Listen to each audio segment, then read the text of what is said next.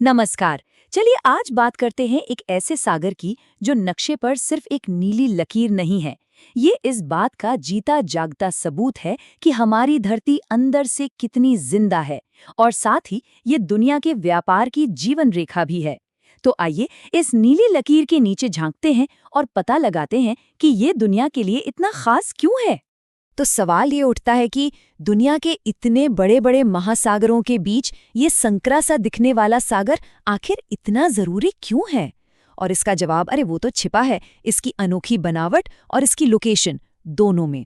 तो सबसे पहले इसकी पहचान से ही शुरू करते हैं। मतलब आखिर ये है कहाँ और क्या है इसकी सबसे बड़ी खासियत।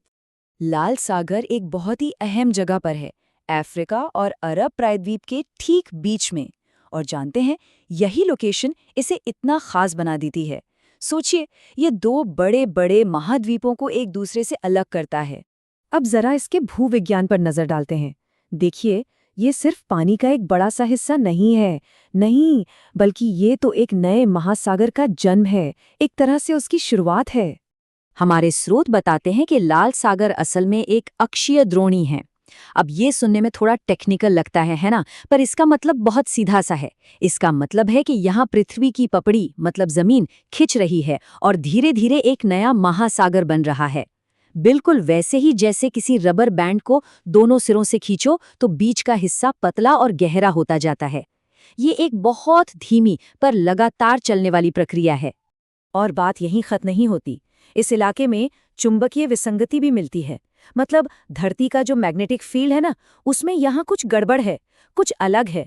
ये एक तरह से कह सकते हैं कि एक जियोलॉजिकल फिंगरप्रिंट है जो इशारा करता है कि जमीन के नीचे कुछ बहुत ही असाधारण चल रहा है। अच्छा, तो समुद्र की गहराइयों से अब जरा बाहर आते हैं और इसकी किनारों पर जो जीवन बसता है वहाँ के मौसम पर एक नजर डालते हैं। इस पूरे इलाके में आप जानते हैं साल भर तापमान बहुत ज्यादा रहता है और यहाँ की जलवायु भी एकदम रेगिस्तानी है। और जाहिर है ये जो मुश्किल हालात हैं, यहाँ का जो कठोर मौसम है, उसने सदियों से यहाँ के लोगों के जीने के तरीके और उनकी संस्कृति को गढ़ा है। यहाँ देखिए, ये जो जानकारी है ये सीधे हमारे स्रोत से है। इस एक हिस्से में वो सारी जरूरी बातें आ जाती हैं जिन पर हम अभी बात कर रहे हैं। मतलब इसके जियोलॉजी से लेकर इसके ट्रेड के महत्व तक सब कुछ। अब भले ही यहाँ रेगिस्तान है, पर इन तटों पर कई बड़े बड़े और जरूरी शहर बसे हुए हैं, जैसे कि जिद्दा, पोर्ट सूडान, स्वेज। और ये शहर सिर्फ बंदरगाह ही नहीं है, अरे नहीं, ये तो सदियों से इस पूरे इलाके में व्यापार और कल्चर के एकदम धड़कते हुए केंद्र रहे हैं। और अब आते हैं उस बात पर जो लाल सागर को आज की दुनिया में सबसे ज्यादा जरूरी बनाती है। और वो है ग्लोबल ट्रेड में इसका वो रोल जिसकी हम कल्पना भी नहीं कर सकते। लाल सागर आज इतना जरूरी क्यों है? इसका एक बड़ा कारण है स्वेज नहर। इसी नहर ने भूमध्य सागर को लाल सागर से जोड़ा और समुद्री व्यापार की दुनिया में तो जैसे क्रांति ही ला दी। सोचिए, यूरोप और एशिया के बीच का रास्ता हजारों किलोमीटर छोटा हो गया। तो ये रास्ता काम कैसे करता है? बहुत सीधा है। यूरोप और नॉर्थ अफ्रीका से सामान चला, स्वेज नहर में घुसा, फिर लाल सागर से होता हुआ सीधा एशियाई देशों तक पहुंच गया। आज के दिन में ये दुनिया का एक ऐसा समुद्री हाईवे बन चुका है जिसके बिना काम ही नहीं चल सकता। तो सार क्या है? सार इस एक लाइन में है, इसकी व्यापारिक महत्व बहुत बढ़ गई है।